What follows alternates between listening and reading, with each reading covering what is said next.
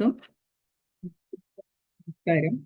ഇന്നത്തെ ഭഗവത്ഗീത ക്ലാസ്സിലോട്ട് എല്ലാവരെയും സ്വാഗതം ചെയ്യുന്നു. ആദ്യം നമുക്ക് ക്ലാസ് തുടങ്ങുന്നതിന് മുമ്പ് ഒരു ചെറിയ കീർത്തൻ ചൊല്ലാം. ജയരാധ മാധവ കുഞ്ചബിഹാരി ജയ ഗോപീജനവല്ലഭ ഗിരിവരധാരി ജയ രാധ മാധവ കുഞ്ചബിഹാരി യശോദനന്ദന വ്രജജനരഞ്ജന യമുന തീരാവനചാരി യശോദനന്ദന വ്രജജനരഞ്ജന യമുന തീരാവനചാരി ജയ രാധ മാധവ കുഞ്ചബിഹാരി ഹരേ കൃഷ്ണ കൃഷ്ണ കൃഷ്ണ ഹരേ ഹരേ ഹരേ രാമ രാമ രാമ ഹരേ ഹരേ ഹരേ കൃഷ്ണ കൃഷ്ണ കൃഷ്ണ ഹരേ ഹരേ ഹരേ രാമ രാമ രാമ ഹരേ ഹരേ ഹരേ കൃഷ്ണ കൃഷ്ണ കൃഷ്ണ ഹരേ ഹരേ ഹരേ രാമ രാമ രാമ ഹരേ ഹരേ. ഓം നമോ ഭഗവതേ വാസുദേവായ. ഓം നമോ ഭഗവതേ വാസുദേവായ. ഓം നമോ ഭഗവതേ വാസുദേവായ. മുഖം കരോതി വാചാലം പങ്കുല്ലംഘേ ദേഹനി കൃപാതമകം വന്ദേ ശ്രീ ഗുരു ദീനതാരണം ശ്രീ ചൈതന്യമീശ്വരം ശ്രീ പരമാനന്ദ മാധവം. നമ്മുടെ ഇന്നത്തെ ശ്ലോകം ഭഗവത്ഗീത ചാപ്റ്റർ 3-ലെ 11th ശ്ലോകം. അത് 3:11, അധ്യായം 3-ലെ 11ാമത്തെ ശ്ലോകം. അങ്ങനെ ശ്ലോകം വായിക്കാം. ദേവാൻ പാവയതാനീന തേ ദേവാ പാവയന്തുവാ പരസ്പരം പാവയന്ത ശ്രേയാ പരമവ്യാപ്സ്യത. ദേവാൻ പാവയതാനീന തേ ദേവാ പാവയന്തുവാ പരസ്പരം പാവയന്ത ശ്രേയാ പരമവ്യാപ്സ്യത. ദേവാൻ പാവയതാനീന തേ ദേവാ പാവയന്തുവാ പരസ്പരം പാവയന്ത ശ്രേയാ പരമവാപ്സ്യത. വാക്കർത്ഥം നോക്കാം. അനേന ഇത്, അതായത് യജ്ഞം കൊണ്ട്, ദേവന്മാരെ ഭാവയത പ്രീതിപ്പെടുത്തിയാൽ, തേ ദേവ ആ ദേവന്മാർ, വാ നിങ്ങളെ, ഭാവയന്തു പ്രീതിപ്പെടുത്തട്ടെ, പരസ്പരം അന്യോന്യം, ഭാവയന്ത പ്രീണിപ്പിക്കുന്നവരായിട്ട്, പരമമായ, ശ്രേയസിനെ, അവാപ്സ്യത നിങ്ങൾ പ്രാപിക്കും. വിവർത്തനം ഭാവാർത്ഥം by his grace A C. Bhaktivedanta Swami Prabhupad കി ജയ്. ദേവന്മാർ യജ്ഞം കൊണ്ട് സന്തുഷ്ടരായാൽ നിങ്ങളെ അവർ സന്തുഷ്ടരാകും. ഇങ്ങനെ പരസ്പര പ്രീണനം കൊണ്ട് രണ്ടു കൂട്ടർക്കും പരമശ്രേയസ് അനുഭവിക്കാം. ഈ ഭാവാർത്ഥം. ദേവന്മാരാണ് ഭൗതിക കാര്യങ്ങളുടെ അധികാരമേൽപ്പിക്കപ്പെട്ട ഭരണകർത്താക്കൾ. ഭഗവത് ശരീരത്തിന്റെ വിവിധ ഭാഗങ്ങളിൽ സ്ഥിതി ചെയ്യുന്ന കർമ്മചാരികളാണ് അവർ. വായു, വെളിച്ചം, വെള്ളം മുതലായ ജീവജാലങ്ങൾക്കൊക്കെ ശരീര നിർദ്ധാരണത്തിനുള്ളതെല്ലാം വിതരണം ചെയ്യാൻ അധികാരപ്പെട്ടവരുമാണ്. അവരുടെ പ്രീതിയും അപ്രീതിയും മനുഷ്യന്റെ യജ്ഞാനുഷ്ഠാനങ്ങളെ ആശ്രയിച്ചിരിക്കും. ചില യജ്ഞങ്ങൾ ചില ദേവന്മാരെ പ്രീതിപ്പെടുത്താൻ വേണ്ടിയുള്ളവയാണ്. അവ ചെയ്യുമ്പോഴും സർവയജ്ഞോപഭോക്താവെന്ന നിലയ്ക്ക് വിഷ്ണു പൂജിക്കപ്പെടുന്നു. ഭോക്താരം യജ്ഞതപസാം എന്നതുകൊണ്ട് ഭഗവത്ഗീത ഊന്നിപ്പറയുന്നതും യജ്ഞഭോക്താവ് കൃഷ്ണൻ തന്നെയാണ് എന്നാണ്. അതുകൊണ്ട് യജ്ഞപതിയുടെ ആത്യന്തികമായ സംതൃപ്തിയാണ് എല്ലാ യജ്ഞങ്ങളുടെയും പ്രധാന ഉദ്ദേശം. ഈ യജ്ഞങ്ങൾ പിഴയില്ലാതെ നടത്തുന്നതുകൊണ്ട് വിതരണത്തിന്റെ വിവിധ വിഭവങ്ങൾക്ക് ചുമതലപ്പെട്ട ദേവന്മാർ സ്വാഭാവികമായി സംതൃപ്തരാകുന്നു. പ്രകൃതി വിഭവങ്ങളുടെ വിതരണം ശരിയായി നടക്കുന്നു. യജ്ഞാനുഷ്ഠാനത്തിന് അനേകം പാർശ്വഫലങ്ങളും ഉണ്ട്. അവ ആത്യന്തികമായി ഭൗതിക ബന്ധങ്ങളിൽ നിന്ന് മുക്തി നേടാൻ വഴിയൊരുക്കുന്നു. വേദങ്ങളിൽ പറഞ്ഞിരിക്കുന്നത് പോലെ യജ്ഞാചരണം സർവകർമ്മങ്ങളെയും പൗത്രീകരിക്കും. ആഹാരശുദ്ധോ സത്വാശുദ്ധി, സത്വാശുദ്ധോ ധ്രുവാസ്മൃതി, ധ്രുവാസ്മൃത്യ സ്മൃത്യോർലഭോ സർവഗ്രന്ഥീനാം വിപ്രമോഷ എന്നാണ് പറഞ്ഞിരിക്കുന്നത്. യജ്ഞാനുഷ്ഠാനം കൊണ്ട് ഭക്ഷ്യവസ്തുക്കൾ ശുദ്ധീകരിക്കപ്പെടുന്നു. ആ ശുദ്ധീകൃത ആഹാരങ്ങൾ ഭക്ഷിക്കുന്നവരുടെ ജീവിതവും പവിത്രമാകുന്നു. ജീവിതശുദ്ധി സ്മരണമണ്ഡലത്തിലുള്ള സൂക്ഷ്മ കോശങ്ങളെ ശുദ്ധീകരിക്കുന്നു. സ്മരണശുദ്ധി വന്നാൽ മുക്തിമാർഗ ചിന്ത ആരംഭിക്കുന്നു. ഇതെല്ലാം ഒത്തിണങ്ങി വന്നാൽ കൃഷ്ണാവബോധത്തിലേക്ക് വഴിയൊരുങ്ങുന്നു. ആധുനിക സമൂഹത്തിന് ഇത് അത്യാവശ്യമാണിത്. ഓം ജ്ഞാനതിമിരാന്തസ്യ ജ്ഞാനാഞ്ജനാശലാകയാ ചക്ഷുരുന്മീലിനം യേന തസ്മൈ ശ്രീ ഗുരുവേ നമഃ. ശ്രീചൈതന്യമനോഭീഷ്ടം സ്ഥാപിതം യേന ഭൂതലേ സ്വയം രൂപപദാമാഖ്യം ദദാതി സോപാന്തികം വന്ദേഹം ശ്രീഗുരു ശ്രീയുതപദകമലം ശ്രീഗുരു വൈഷ്ണവാം ച ശ്രീരൂപം സാഗ്രജാതം സഹഗണരഘുനാഥാൻ നിത്യം തം സജീവം സ്വാദൈതം സവദൂതം പരിജനസഹിതം കൃഷ്ണചൈതന്യദേവം ശ്രീരാധാകൃഷ്ണപാദാൻ സഹഗണലളിത ശ്രീവിശാഖാന്വിതം ച. ഹേ കൃഷ്ണ കരുണാ സിന്ധു ദീനബന്ധു ജഗത്പതി ഗോപീശ ഗോപികാകാന്ത രാധാകാന്ത നമസ്തുതേ. തപ്തകാഞ്ചന ഗൗരാംഗീ രാധേ വൃന്ദാവനീശ്വരി വൃഷഭാനുസുതേ ദേവി പ്രണമാമി പരിപ്രീം. പാഞ്ചാകൽപതരുഭ്യശ്ച കൃപാ സിന്ധുഭ്യേവ ച പതിതാനാം പാവനേഭ്യോ വൈഷ്ണവേഭ്യോ നമോ നമഃ. നമാവോം വിഷ്ണുപാദായ കൃഷ്ണപേഷ്ഠായ ഭൂതലേ ശ്രീമതേ ഭക്തിവേദാന്ത സ്വാമിനിധി നാമിനി. നമസ്തേ സാരസ്വതേ ദേവേ ഗൗരവാണി പ്രചാരിണി നിർവിശേഷ ശൂന്യവാദി പാശ്ചാത്യദേശധാരിണി. ജയ ശ്രീകൃഷ്ണ ചൈതന്യ പ്രഭു നിത്യാനന്ദ ശ്രീ അദ്വൈത ഗദാധര ശ്രീവാസാദി ഗൗരഭക്തവൃന്ദ. ഹരേ കൃഷ്ണ കൃഷ്ണ കൃഷ്ണ ഹരേ ഹരേ, ഹരേ രാമ രാമ രാമ ഹരേ ഹരേ. നമുക്ക് ഇന്നത്തെ ശ്ലോകത്തിന്റെ വിവർത്തനം ഒരിക്കൽ കൂടി വായിക്കാം. ദേവന്മാർ യജ്ഞം കൊണ്ട് സന്തുഷ്ടരായാൽ നിങ്ങളെ അവർ സന്തുഷ്ടരാകും. ഇങ്ങനെ പരസ്പര പ്രീണനം കൊണ്ട് രണ്ടു കൂട്ടർക്കും പരമശ്രേയസ് അനുഭവിക്കാം എന്നാണ് പറഞ്ഞിരിക്കുന്നത്.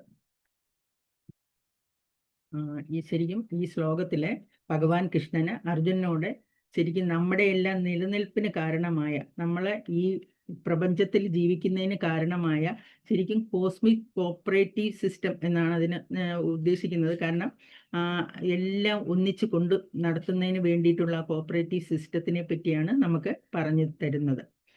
എങ്ങനെയാണ് യജ്ഞം നടത്തേണ്ടതെന്നും എന്താണ് ശരിക്കും യജ്ഞം കൊണ്ട് ഉദ്ദേശിക്കുന്നതെന്നും ഭഗവാൻ ഇവിടെ പ്രസ്താവിക്കുന്നു. ദേവാൻ ഭാവയത് അനേന എന്നാൽ ശരിക്കും യജ്ഞങ്ങൾ അല്ലെങ്കിൽ സാക്രിഫൈസ് നടത്തി ഡെമിഗോഡ്സിനെ സംതൃപ്തരാക്കാനാണ് പറഞ്ഞിരിക്കുന്നത്. തേ ദേവ ഭവാനന്തു വാ, അപ്പോൾ ഡെമിഗോഡ്സ് തിരിച്ച് നമ്മളെ സംതൃപ്തിപ്പെടുത്തുമെന്ന് പറയുന്നു. പരസ്പരം ഭാവയന്താഹ എന്ന് പറഞ്ഞാൽ അങ്ങോട്ടും ഇങ്ങോട്ടും രണ്ടു കൂട്ടരും സഹകരിക്കുക.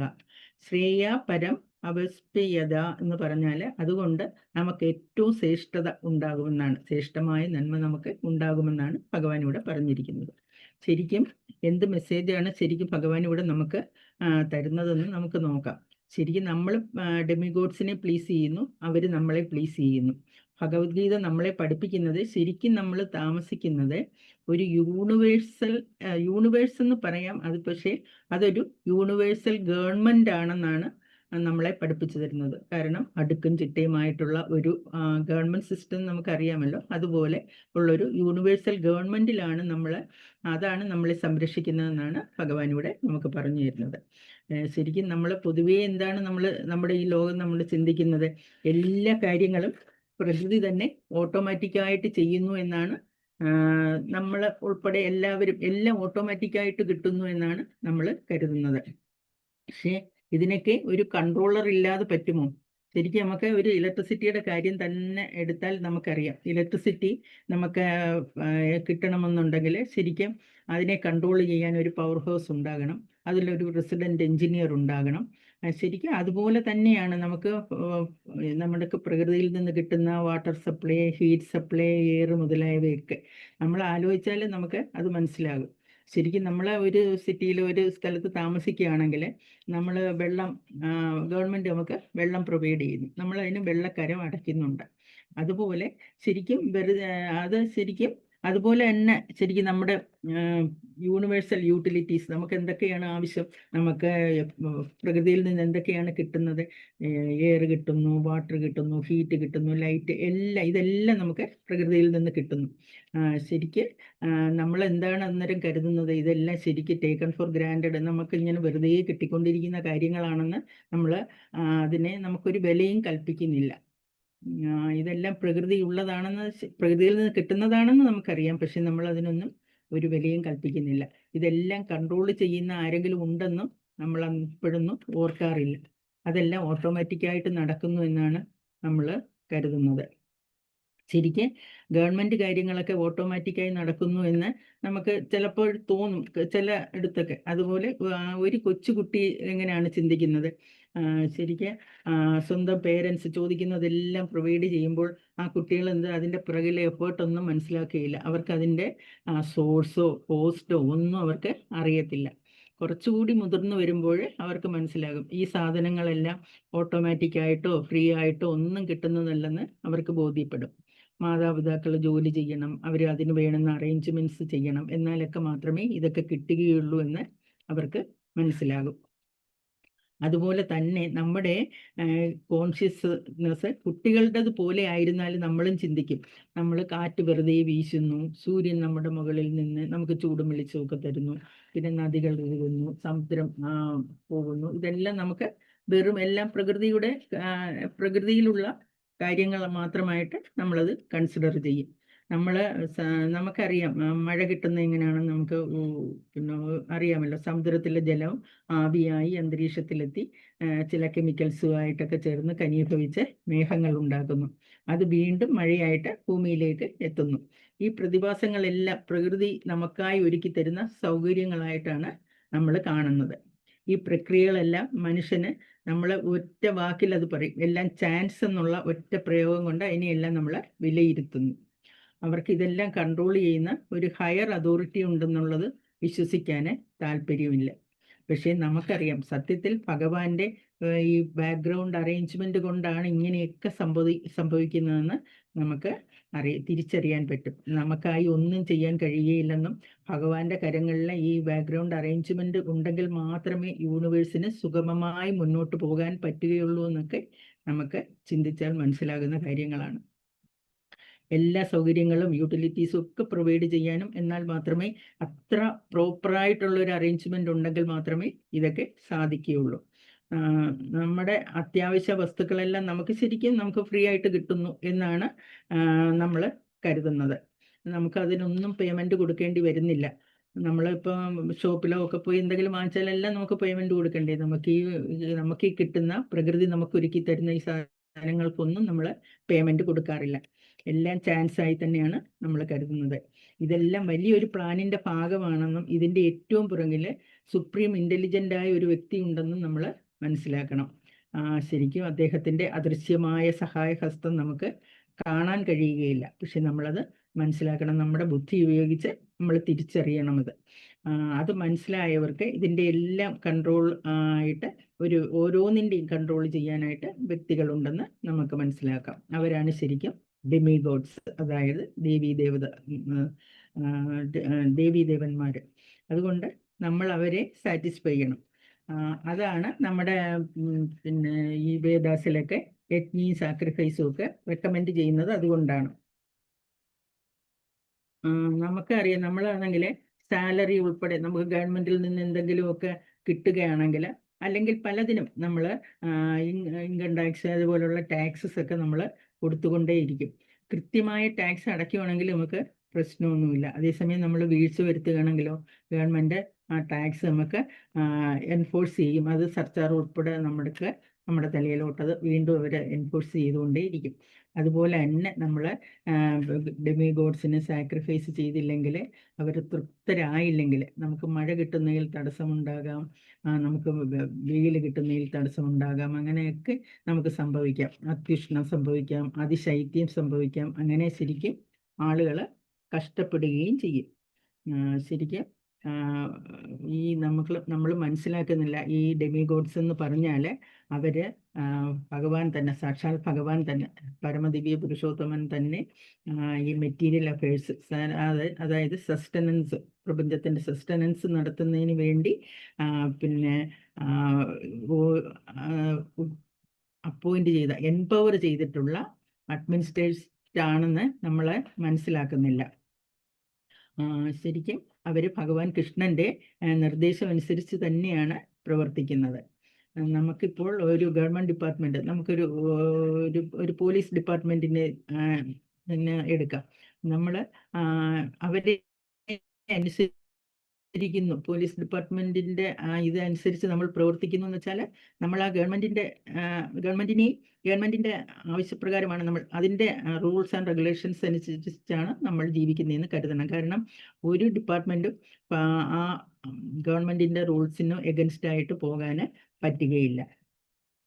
അതുകൊണ്ട് തന്നെ നമ്മൾ അതിനെ അനുസരിക്കാൻ ബാധ്യസ്ഥരുമാണ്. ഇതിന് വലിപ്പ ചെറുപ്പമോ ഒന്നുമില്ല, ഒരു എക്സെപ്ഷനും ഇല്ല. എല്ലാ ആൾക്കാരും അതനുസരിച്ച് തന്നെ ജീവിക്കണം. അതുപോലെ ഈ ഡെമിഗോഡ്സിൻ്റെ സാക്രിഫൈസസ് സ്വീകരിക്കുന്നത് ശരിക്കും അവരെ തൃപ്തിപ്പെടുത്താൻ വേണ്ടി മാത്രമല്ല. പിന്നെ നമ്മൾ ഭഗവത്ഗീത 5:29 പഠിച്ചിട്ടുണ്ട്, പോർത്താരം യജ്ഞതപസാം സർവലോകാമകേശ്വരമെന്ന്. എല്ലാം നമ്മുടെ ഈ നടത്തുന്ന എല്ലാ യജ്ഞങ്ങളുടെയും ഭോക്താവാരാണ്? ശരിക്ക് നമ്മുടെ പരമദിവ്യ പുരുഷോത്തമനായ ഭഗവാൻ തന്നെ, ഭഗവാൻ വിഷ്ണു തന്നെയാണ്. അദ്ദേഹമാണ് യജ്ഞപുരുഷൻ എന്ന് അറിയപ്പെടുന്നത്. നമ്മുടെ വേദങ്ങൾ പ്രകാരം 33 കോടി ഡെമിഗോഡ്സ് ഉണ്ടെന്നാണ് പറയുന്നത്. അവരെല്ലാം സുപ്രീം ലോഡിന് വേണ്ടി ഈ യൂണിവേഴ്സിൻ്റെ എല്ലാം പ്രവർത്തനങ്ങളെ എല്ലാം നിയന്ത്രിക്കുന്നു. ഓരോ ഡിപ്പാർട്ട്മെൻറ്റിലും, അതായത് വെള്ളം, വെളിച്ചം, മഴ, എല്ലാത്തിനും ഓരോരോ ഡെമിഗോഡ്സ് ഇൻചാർജായിട്ട് ഉണ്ട്. അതെല്ലാം അവരുടെ ചുമതലയിൽ വരുന്നതാണ്. നമുക്കിനി സയൻസ് എന്താണ് പറയുന്നത് നോക്കാം. സയൻസ് എന്താണ് പറയുന്നത്? ഈ മെക്കാനിസം ഒക്കെ എങ്ങനെയാണ് ലോകത്തിലെല്ലാം ഫങ്ഷൻ ചെയ്യുന്നതെന്നും ഇൻറ്ററാക്ട് ചെയ്യുന്നതെന്നും ഒക്കെ അവർ പല സയൻറ്റിസ്റ്റുകളും അതിനെപ്പറ്റിയൊക്കെ ഒരുപാട് പഠനങ്ങളൊക്കെ നടത്തുന്നുണ്ട്. പക്ഷേ അവർക്ക് ഒരു കാര്യം മനസ്സിലാകും, ഈ കാര്യങ്ങളെല്ലാം വളരെ ചിട്ടയോടുകൂടിയാണ് നടക്കുന്നതെന്ന്, ആ ഒരു ഓർഡറിലാണ് ഈ കാര്യങ്ങളെല്ലാം നടക്കുന്നതെന്ന് നമുക്ക് ആർക്കായാലും അത് മനസ്സിലാകുന്ന കാര്യമാണ്. ശരിക്കും ആ ഓർഡർ എവിടുന്നാണ് വരുന്നത്? നമുക്ക് നമ്മുടെ കാലാവസ്ഥയെ പറ്റി തന്നെ ചിന്തിച്ചാൽ തന്നെ നമുക്കറിയാം. മാറി മാറി വരുന്ന കാലാവസ്ഥ, അതിൻ്റെയൊക്കെ ഗതിയൊക്കെ ആരാണ് നിശ്ചയിക്കുന്നത്? അതിനൊന്നും സയൻസിലെ ഉത്തരമില്ല. ശരിക്കും ഐസക് ന്യൂട്ടൻ ഒരു ഫ്രൂട്ട് താഴെ വീഴുന്നത് കണ്ടിട്ട് മാത്രമല്ല ഗ്രാവിറ്റി കണ്ടുപിടിച്ചത്. അദ്ദേഹത്തിനറിയാം ഒരു കാര്യവും വെറുതെ ചാൻസ് കൊണ്ട് നടക്കുന്നതല്ലെന്ന്. ഒരു ആപ്പിൾ താഴേക്ക് വീഴണമെങ്കിൽ അതിന് ഒരു കാരണം വേണം, ഒരു നിശ്ചിതമായ പ്രിൻസിപ്പിൾ അതിൻ്റെ പുറകിലെ ഉണ്ടാവണം. അദ്ദേഹം അതിൻ്റെ പുറകിലെ കാരണമാണ് കണ്ടുപിടിച്ചത്. അതായത് ഗ്രാവിറ്റി കൊണ്ടാണ് അങ്ങനെ സംഭവിക്കുന്നതെന്ന് അദ്ദേഹം കണ്ടുപിടിച്ചു. സയൻസ് ഈ ഓർഡറിനെ അക്സെപ്റ്റ് ചെയ്തു എന്നിരിക്കട്ടെ, എന്നാലും ആത്മീയതയും അതേ ഓർഡറിൽ തന്നെയാണ് അക്സെപ്റ്റ് ചെയ്യുന്നത്. പക്ഷേ ഒരു പടി കൂടി മുന്നിലാണെന്ന് മാത്രം. ആത്മീയതയിൽ കൂടി നമ്മൾ ചിന്തിക്കുമ്പോൾ ഒരു പടി കൂടി മുന്നിലാണ്. നമ്മൾ ആ ഓർഡറിനെ അക്സെപ്റ്റ് ചെയ്യുക മാത്രമല്ല, ആ ഓർഡർ എവിടുന്നാണ് വരുന്നതെന്ന് കൂടി നമ്മൾ ചിന്തിക്കുന്നു. അതായത് സയൻസ് തുടങ്ങിയെടുത്ത് നിന്ന് ആത്മീയത വീണ്ടും അന്വേഷണം തുടങ്ങുകയാണ്. സയൻസിൽ ഇന്നും പല പ്രിൻസിപ്പിളും പല സത്യങ്ങളും ഹയർ റിയാലിറ്റിയെ അക്സെപ്റ്റ് ചെയ്യാത്തത് കൊണ്ട് ഉത്തരം കിട്ടാത്ത ചോദ്യങ്ങളായിട്ട് അവശേഷിക്കുന്നുണ്ട്. നമുക്ക് പ്രകൃതിയിൽ നടക്കുന്ന കാര്യങ്ങൾ എല്ലാം എത്ര ചിട്ടയോടുകൂടിയാണ് നടക്കുന്നതെന്ന് ആലോചിച്ച് നോക്കിയാൽ മനസ്സിലാകും. നമ്മുടെ ജീവിതത്തിലെ എല്ലാ നെസസിറ്റീസും, അതായത് നമ്മുടെ ആവശ്യങ്ങളൊക്കെ, നമ്മൾ എല്ലാ ജീവജാലങ്ങളുടെയും പ്രാഥമികമായ എല്ലാ ആവശ്യങ്ങളും നമുക്ക് മുടക്കമില്ലാതെ കിട്ടിക്കൊണ്ടിരിക്കുന്നു. നമ്മൾ മനസ്സിലാക്കണം ഇതിൻ്റെ എല്ലാം പുറകിലെ ഹൈലി ഇൻ്റലിജൻ്റ് ആയിട്ടുള്ള കാര്യങ്ങളുണ്ടെന്നുള്ള കാര്യം. ഇന്ന് സയൻറ്റിസ്റ്റുകളാണ് ഈ സൊസൈറ്റിയിലെ ശരിക്കും പ്രീസ്റ്റുകൾ. അവരാണ് പല കാര്യങ്ങളും തീരുമാനിക്കുന്നത്. അവരുടെ കണ്ണുകളിലൂടെയാണ് ഒരു കാര്യം നമ്മൾ അക്സെപ്റ്റ് ചെയ്യണോ വേണ്ടായോ എന്നൊക്കെ നമ്മൾ തീരുമാനിക്കുന്നത്. ശരിക്കും സയൻറ്റിസ്റ്റുകളും സ്പിരിച്വലിസ്റ്റുകളും തമ്മിൽ കോൺഫ്ലിക്റ്റ് ഉണ്ടെന്നല്ല ഇവിടെ ഞാൻ ഉദ്ദേശിച്ചത്. ശരിക്കും ഇതിനിടയിൽ കളിക്കുന്ന ആൾക്കാരെന്ന് പറഞ്ഞാൽ അത്തിസ്റ്റ്, നിരീശ്വരവാദികളാണ്. അവർ മാറ്റർ തന്നെയാണ് ഹയർ റിയാലിറ്റി എന്ന് അവർ വിശ്വസിക്കുന്നു. അത് അവർ ഭഗവാനെ തള്ളിപ്പറയുകയും ചെയ്യുന്നു.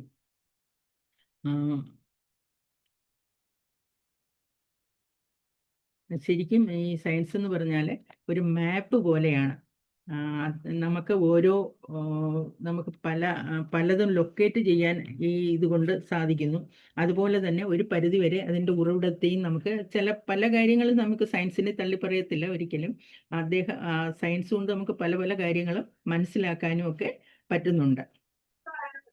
പക്ഷേ നമുക്ക് നല്ലതും ചീത്തയും ഒന്നും കാണിച്ചു തരാൻ ആ മാപ്പിന് സാധിക്കുന്നില്ല. ഒരുപാട് സയൻറ്റിസ്റ്റുകൾ നിരീശ്വരവാദികളല്ല. അവരുടെ ഉപജീവനത്തിന് വേണ്ടിയിട്ടാണ് അവർ സയൻസിനെ പ്രൊമോട്ട് ചെയ്യുന്നത്. ശരിക്കും അതേസമയം അത്തിസ്റ്റുകളായ സയൻറ്റിസ്റ്റുകളും ഉണ്ട് കേട്ടോ. അവരാണെങ്കിലോ ഈ നമ്മുടെ കൺസെപ്റ്റിനെ എല്ലാം തന്നെ ഒരു വൈറസിനെ പോലെ ആളുകളുടെ മനസ്സിനെ കറപ്റ്റഡ് ആക്കുന്നു എന്നാണ് അവർ പറയുന്നത്, ഈ അത്തിസ്റ്റുകളായിട്ടുള്ള സയൻറ്റിസ്റ്റുകൾ. അവർ ശരിക്കും ഈ റിലീജിയനെയൊക്കെ വെറും ഈവിളിനെ പോലെയൊക്കെയാണ് കാണുന്നത്. അത്തരം ആളുകൾ സമൂഹത്തിൽ പക്ഷേ മൈനോറിറ്റി മാത്രമേ ഉള്ളൂ. പക്ഷെ അവർ വളരെ അഗ്രസീവാണ്. അതുകൊണ്ട് അവരെ സൂക്ഷിക്കണം. അവരുടെ വികലമായ ചിന്തകൾ നമ്മളെ അടിച്ചേൽപ്പിക്കാൻ ചിലപ്പോൾ ശ്രമിച്ചെന്നിരിക്കും. ഇപ്പോൾ സയൻസ് ഭൗതികതയെ മാത്രമേ ഫോക്കസ് ചെയ്യുന്നുള്ളൂ എന്ന് നമുക്കറിയാം. ശരിക്കും ക്രിയേഷൻ ഓഫ് യൂണിവേഴ്സ്, നമ്മുടെ യൂണിവേഴ്സ് എങ്ങനെയാണ് ക്രിയേറ്റീവ്, അതൊക്കെ ഒരു ചാൻസ് ആണോ? അതൊക്കെ വളരെ ഇൻട്രിക്കേറ്റഡ് ആയിട്ടുള്ള സബ്ജക്റ്റാണ്. ഇവിടെ ഭഗവാൻ തന്നെ മഴയെ പറ്റി പറയുന്നു. എന്താണ് ആ ഫിനോമിന എന്താണെന്ന് ഭഗവാൻ തന്നെ പറയുന്നു. സയൻറ്റിസ്റ്റുകൾക്ക് അത് ഒരു പരിധി വരെ എക്സ്പ്ലെയിൻ ചെയ്യാൻ പറ്റും. നമുക്ക് പറയാം, വെള്ളം ഇവാപ്പറേറ്റഡ് ആയിട്ട് അന്തരീക്ഷത്തിൽ പോയി ഘനീഭവിച്ച് മഴയുണ്ടാകുന്നു എന്ന് നമുക്ക് പറയാം.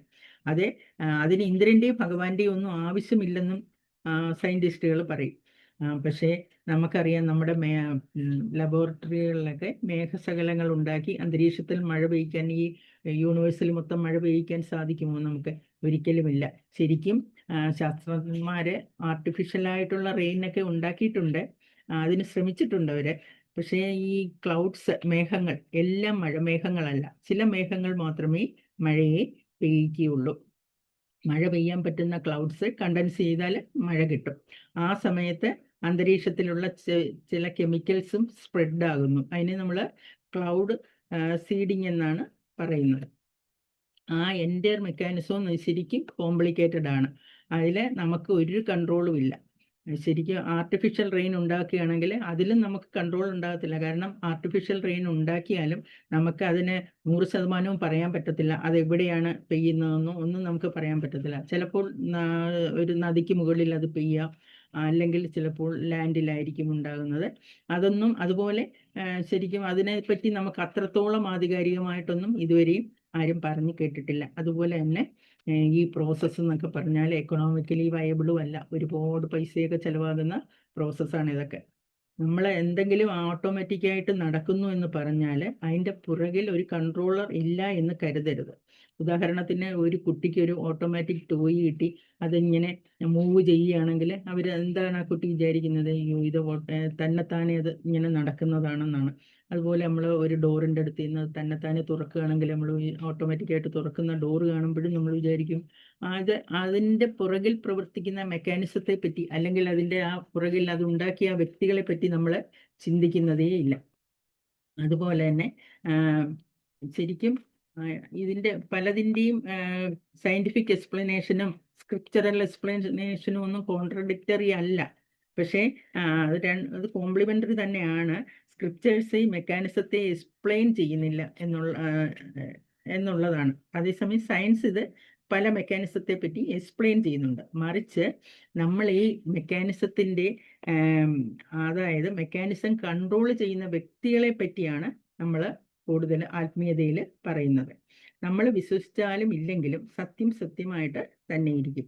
ഈ പ്രപഞ്ചത്തിൻ്റെ ഉൽപ്പത്തി മുതൽ ഓരോ കാര്യവും ശരിക്കും എഴുതി വെച്ച തിരക്കഥ പോലെയാണ് നടന്നുകൊണ്ടിരിക്കുന്നത്. ശരിക്കും നമുക്കറിയാം, വളരെ ചിട്ടയായിട്ട് ഈ പ്രപഞ്ചം തുടങ്ങിയ അന്ന് തൊട്ട് എല്ലാം വളരെ ചിട്ടയായിട്ടാണ് നടന്നുകൊണ്ടിരിക്കുന്നത്. ആ ഹയസ്റ്റ് ട്രൂത്തിനെ നമ്മൾ അക്സെപ്റ്റ് ചെയ്തേ മതിയാവുകയുള്ളൂ. ഈ ഏജിൽ, അതായത് ഈ കലിയുഗത്തിൽ, നമുക്ക് യജ്ഞങ്ങളിലൂടെ ഡെമിഗോഡ്സിനെ, പരമദിവ്യ പുരുഷോത്തമനെയൊക്കെ തൃപ്തിപ്പെടുത്താൻ വളരെ ബുദ്ധിമുട്ടാണ്.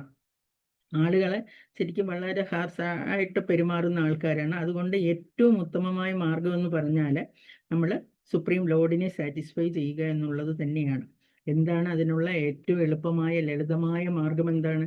നമുക്കറിയാം, സങ്കീർത്തന യജ്ഞമാണ് നമ്മൾ ഇപ്പോഴും നമ്മൾ ഈ കലിയുഗത്തിൽ നമുക്ക് ഏറ്റവും പറ്റിയ മാർഗം എന്ന് പറഞ്ഞാൽ പരമദിവ്യ പുരുഷോത്തമനെ സാറ്റിസ്ഫൈ ചെയ്യാനുള്ള ഏറ്റവും പറ്റിയ മാർഗം എന്ന് പറഞ്ഞാൽ സംഘർഷൻ യജ്ഞം തന്നെയാണ്. അതായത് നമ്മൾ ഏറ്റവും പതീതരായതുകൊണ്ട് നമുക്ക് യജ്ഞങ്ങൾ നടത്തുവാനുള്ള ശരിക്കും ബ്രാഹ്മണിക്കൽ ക്വാളിറ്റീസ് ഒന്നും തന്നെ ഇല്ല. അതുകൊണ്ട് നമ്മൾ എന്ത് ചെയ്യണം? ചാൻറ്റ് ചെയ്യുകയും ഭഗവാന്റെ ഗ്ലോറീസ് എല്ലായിടത്തും പ്രചരിപ്പിക്കുകയും ചെയ്യണം. നമ്മുടെ യജ്ഞങ്ങൾ ചെയ്യുന്നതിന് തുല്യമാകുമെന്നാണ് ശാസ്ത്രങ്ങൾ ഇപ്പം നമുക്ക് പറഞ്ഞു തരുന്നത്. അതായത് ചൈതന്യ മഹാപ്രഭുവും പ്രഭുപാദരും ഒക്കെ നമുക്ക് പറഞ്ഞു തരുന്നത് നമ്മൾ ഈ സങ്കീർത്തന യജ്ഞത്തിൽ കൂടെ എല്ലാം ഭഗവാനെ പ്ലീസ് ചെയ്യാൻ ശ്രമിക്കണമെന്ന് തന്നെയാണ്, ഭഗവാന്റെ നാമജപത്തിലൂടെയൊക്കെ തന്നെ. ഇത് ശ്രീമദ് ഭാഗവതത്തിലെ 11:5-32 പറഞ്ഞിട്ടുണ്ട്. യജ്ഞി സങ്കീർത്തന പ്രയർ യജ്ഞന്റെ ഹീസു മേധസ എന്ന് പറയുന്നു. അതായത് ഈ കലിയുഗത്തിൽ ബുദ്ധിയുള്ള ആൾക്കാർ കോൺഗ്രിഗേഷണൽ ചാൻഡിങ്ങും ഭഗവാന്റെ നാമം വീണ്ടും വീണ്ടും പാടുകയും ചെയ്താണ് ഭഗവാനെ വർഷിപ്പ് ചെയ്യുന്നതെന്നാണ് പറഞ്ഞിരിക്കുന്നത്. ഓരോ തരത്തിലെ യജ്ഞം ചെയ്യുമ്പോഴും അത് വളരെ കോസ്റ്റ്ലി ആയിട്ടാണ് ശരിക്കും യജ്ഞം എന്ന് പറഞ്ഞാൽ വളരെ പൈസ ചിലവുള്ള ഒരു ഏർപ്പാടാണ്. യജ്ഞം ചെയ്യണമെങ്കിൽ ടൺ കണക്കിന് ബട്ടറും ഗീയും ഒക്കെ വേണം. ഓരോ വീട്ടിലും ഇപ്പോഴും ശരിക്കും പറഞ്ഞാൽ 1 പൗണ്ട് ബട്ടറൊക്കെ എടുക്കാൻ തന്നെ ഓരോ വീട്ടിലും കാണുമോ എന്നുള്ള കാര്യം സംശയമാണ്. പിന്നെ അതിൽ ടൺ കണക്കിനുള്ള ബട്ടർ. നമുക്ക് നമ്മുടെ രാജ്യത്തിലെ ബട്ടറിൻ്റെ ഉൽപ്പാദനം വളരെ വളരെ കുറഞ്ഞു വരികയാണ്. നമുക്കറിയാം കൗ പ്രൊട്ടക്ഷനും അതിൻ്റെയൊക്കെ പ്രാധാന്യം. നമുക്ക് ഇപ്പം പശുക്കളെ വളർത്തുന്നിടമില്ല, പശുക്കളൊക്കെ വളരെ അപൂർവമാണ്. അപ്പോൾ കൗ പ്രൊട്ടക്ഷൻ്റെ പ്രാധാന്യം കുറഞ്ഞു വരികയാണ്. അതുകൊണ്ട് തന്നെ നമുക്ക് ബട്ടറിനൊക്കെ വളരെ ബുദ്ധിമുട്ട്. ബട്ടറും ഒക്കെ ഒരുപാട് കിട്ടുന്നതിന് വേണ്ടി ശുദ്ധമായ ബട്ടർ അതെല്ലാം വളരെ ബുദ്ധിമുട്ടുള്ള കാര്യമാണ്. അതുപോലെ തന്നെ നമുക്കറിയാം നമുക്ക് നെല്ലിൻ്റെയും ഗോതമ്പിൻ്റെയും ഒക്കെ എല്ലാം ഉൽപ്പാദനം നമുക്ക് കുറഞ്ഞു വരികയാണ്.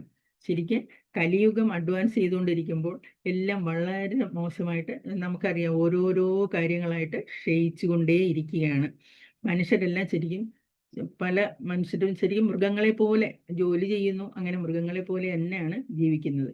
അതുകൊണ്ട് നമുക്കുള്ള ഏക ആശ്രയം എന്താണ്? ശരിക്കും കൃഷ്ണ കോൺഷ്യസ് മാത്രമാണ് നമ്മുടെ ഏക ആശ്രയം. ഈ യുഗത്തിൽ നമ്മൾ ഏത് കണ്ടീഷനിലായാലും സിമ്പിളായിട്ടിരുന്ന് ഭഗവത് നാമം ഒരു ഇമ്പ്യൂരിറ്റീസ് കൂടാതെ ചാൻറ്റ് ചെയ്യുക. നമുക്ക് ഒരു എക്സ്പെൻസും ഇല്ല, ഒരു നഷ്ടവുമില്ല. ശരിക്കും ഹരേ കൃഷ്ണ കൃഷ്ണ കൃഷ്ണ ഹരേ ഹരേ, ഹരേ രാമ രാമ രാമ ഹരേ ഹരേ. ഈ നാമജപം കൊണ്ട്, അത് ശുദ്ധമായിട്ടുള്ള നാമജപം വേണം. ഈ നാമജപം കൊണ്ട് എല്ലാ ഡെമിഗോഡ്സും സുപ്രീം ലോർഡും എല്ലാം സാറ്റിസ്ഫൈഡ് ആകും. നമുക്ക് ഇതിനൊരു ബുദ്ധിമുട്ടുമുള്ള കാര്യവുമല്ല. നമ്മൾ ശരിക്കും ഇക്കാലത്ത് ഫാമിങ്ങിനൊക്കെ അത്യാധുനിക യന്ത്രങ്ങളും അറേഞ്ച്മെൻറ്റ്സും ഒക്കെ നടത്തിയാലും നമുക്ക് ശരിക്കും വെയിലും വെള്ളവും ഒക്കെ കിട്ടിയില്ലെങ്കിൽ അതെല്ലാം വൃഥാവിലാകും. നമുക്കറിയാം, നമുക്ക് ഇതൊന്നും പ്രകൃതി തരുന്ന ഇതൊന്നും കനിഞ്ഞ് കിട്ടിയില്ലെങ്കിൽ നമ്മുടെ പ്രയത്നമെല്ലാം വൃഥാവിലാകും. നമുക്കൊരു ഫാക്ടറിയിലും അരിയോ ഗോതമ്പോ പൾസസോ ഒന്നും പ്രൊഡ്യൂസ് ചെയ്യാൻ സാധിക്കുകയില്ല. നമ്മൾ പ്രകൃതിയെ നമുക്കതുകൊണ്ട് വെല്ലുവിളിക്കാനും സാധിക്കുകയില്ല. ശരിക്കും നമുക്ക് ഡെമിഗോഡ്സിൻ്റെ കാരുണ്യം ഉണ്ടെങ്കിൽ മാത്രമേ ഇതൊക്കെ നടക്കുകയുള്ളൂ. അവർ സൂര്യപ്രകാശം നിഷേധിച്ചാൽ, വാട്ടർ സപ്ലൈ നിഷേധിച്ചാൽ നമുക്ക് എന്ത് ചെയ്യാൻ പറ്റും? അതുകൊണ്ട് നമ്മളവരെ സാറ്റിസ്ഫൈ ചെയ്യുക തന്നെ വേണം. ആളുകൾ ശരിക്കും നമ്മൾ ഈ യുഗത്തിലെ ആൾക്കാർ അവരുടെ ഡ്യൂട്ടി മറന്നു പോകുന്നു. അതുകൊണ്ടാണ് ശരിക്കും നമ്മൾ എല്ലാവരും സഫർ ചെയ്യുന്നത്. അല്ലെങ്കിൽ നമ്മൾ ആ പ്രകൃതിയുടെ റൂൾസ് ആൻഡ് റെഗുലേഷൻസ് ഒക്കെ ഒബേ ചെയ്യണം. അങ്ങനെയാണെങ്കിൽ ഒരു സ്കേഴ്സിറ്റി ഉണ്ടാകത്തില്ല, നമുക്കൊരു ക്ഷാമവും ഉണ്ടാകത്തില്ല. ശരിക്കും മോഡേൺ തിയറി അനുസരിച്ച് പറയും പോപ്പുലേഷൻ കൂടുന്നത് കൊണ്ടാണ് ഈ സ്കേഴ്സിറ്റി ഉണ്ടാകുന്നതാണെന്നാണ് പറയുന്നത്. അതിൽ ശരിക്കും പറഞ്ഞാൽ ഒരു കാര്യവും ഇല്ല. എന്താണെന്നോ, കാരണം പ്രൊഡക്ഷൻ ഇൻക്രീസ് ചെയ്യുകയാണെങ്കിൽ പിന്നെ ആ പ്രശ്നമൊന്നും വരികയില്ലല്ലോ. പോപ്പുലേഷൻ ഇൻക്രീസ് ചെയ്യുകയാണെങ്കിൽ നമുക്ക് ഇതെല്ലാം തരുന്ന സപ്ലയർ തന്നെ എല്ലാം പ്രൊവൈഡ് ചെയ്യും. അത് കഥാ ഉപനിഷത്തിലെ 2:2-13 പറഞ്ഞിട്ടുണ്ട്. ഏകോ ബഹുനാം വിദന്തി കാമാൻ. അതായത് നമുക്കെല്ലാം ഫുഡ് പ്രൊവൈഡ് ചെയ്യുന്നത് സുപ്രീം ലോർഡ് തന്നെയാണ്. നമുക്ക് ഹ്യൂമൻ സൊസൈറ്റിയെ പറ്റി നോക്കാം. 84 ലക്ഷം സ്പീഷീസ് ഉള്ളതിൽ 40 ലക്ഷം മാത്രമേ ഉള്ളൂ മനുഷ്യരുടെ വിവിധ സ്പീഷീസ് ലൈഫായിട്ടുള്ളത്. അതിൽ 80 ലക്ഷവും ലോവർ ആനിമൽസ് ആണ്. ബേർഡ്സ്, ബീസ്റ്റ്, അക്വാട്ടിക് മുതലായവരൊക്കെ തന്നെയാണ്. അവർക്കൊക്കെ ആരാണ് ഫുഡ് കൊടുക്കുന്നത്? ഭഗവാന്റെ അനുഗ്രഹം കൊണ്ട് അവരെല്ലാം വളരെ നന്നായി ആഹാരം കഴിച്ചു ജീവിക്കുകയാണ്. പിന്നെ നമ്മൾ മനുഷ്യർക്ക് മാത്രമാണ് പ്രശ്നം. നമ്മൾ സഫർ ചെയ്യുന്ന ആ സഫറിങ് പോപ്പുലേഷൻ തിയറിയെ പറ്റിയൊക്കെ വാചാലരാകും. കാരണം നമ്മൾ ഭഗവാനെ അനുസരിക്കുന്നില്ല, ഭഗവാനെ അക്സെപ്റ്റ് ചെയ്യുന്നില്ല. ഇപ്പോൾ ഒരുപാട് സഫറിങ് ആൾക്കാരുണ്ടെന്ന് പറയുന്നു.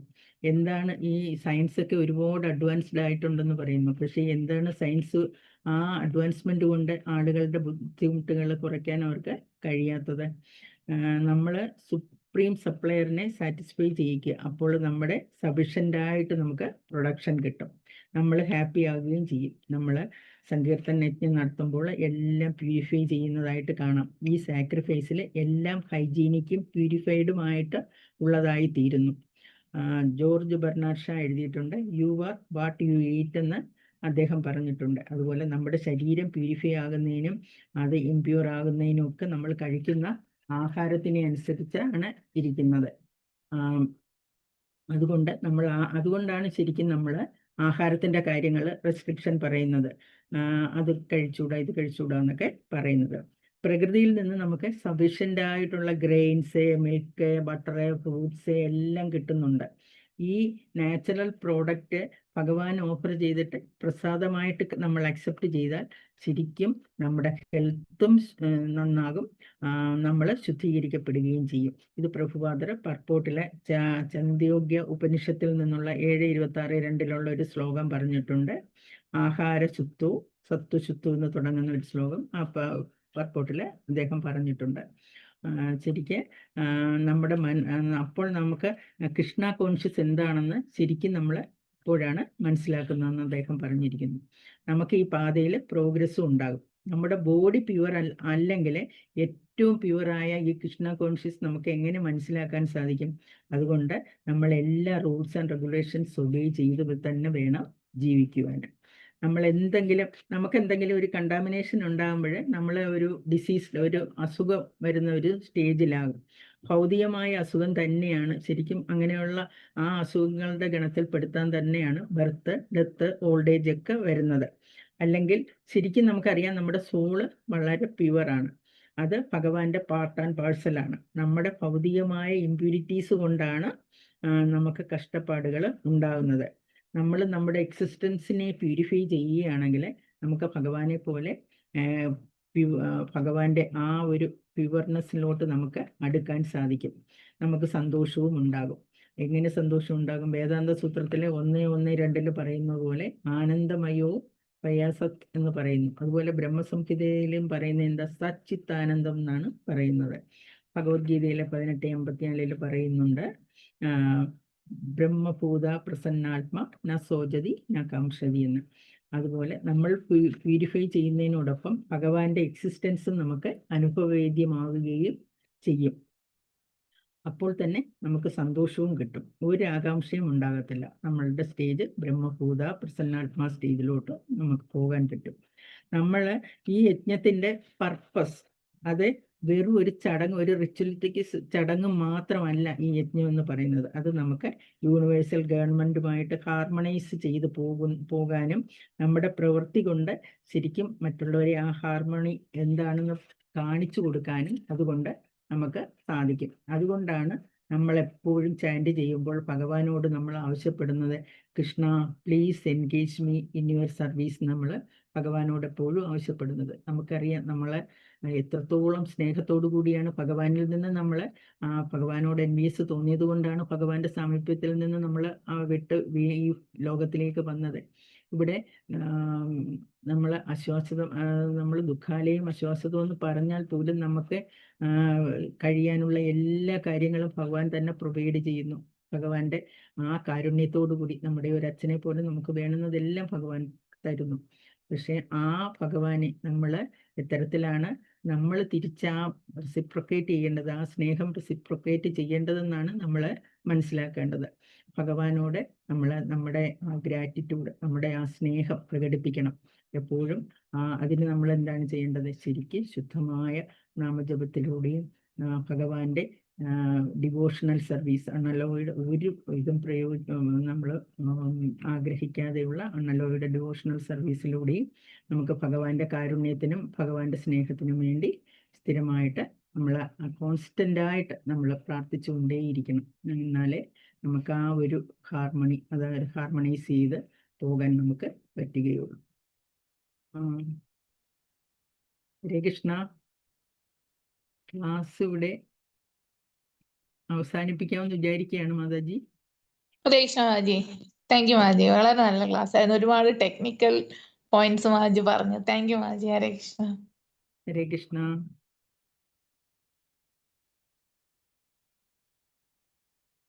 ആർക്കെങ്കിലും എന്തെങ്കിലും സംശയമോ എന്തെങ്കിലും അഡീഷനോ ഒക്കെ ഉണ്ടെങ്കിൽ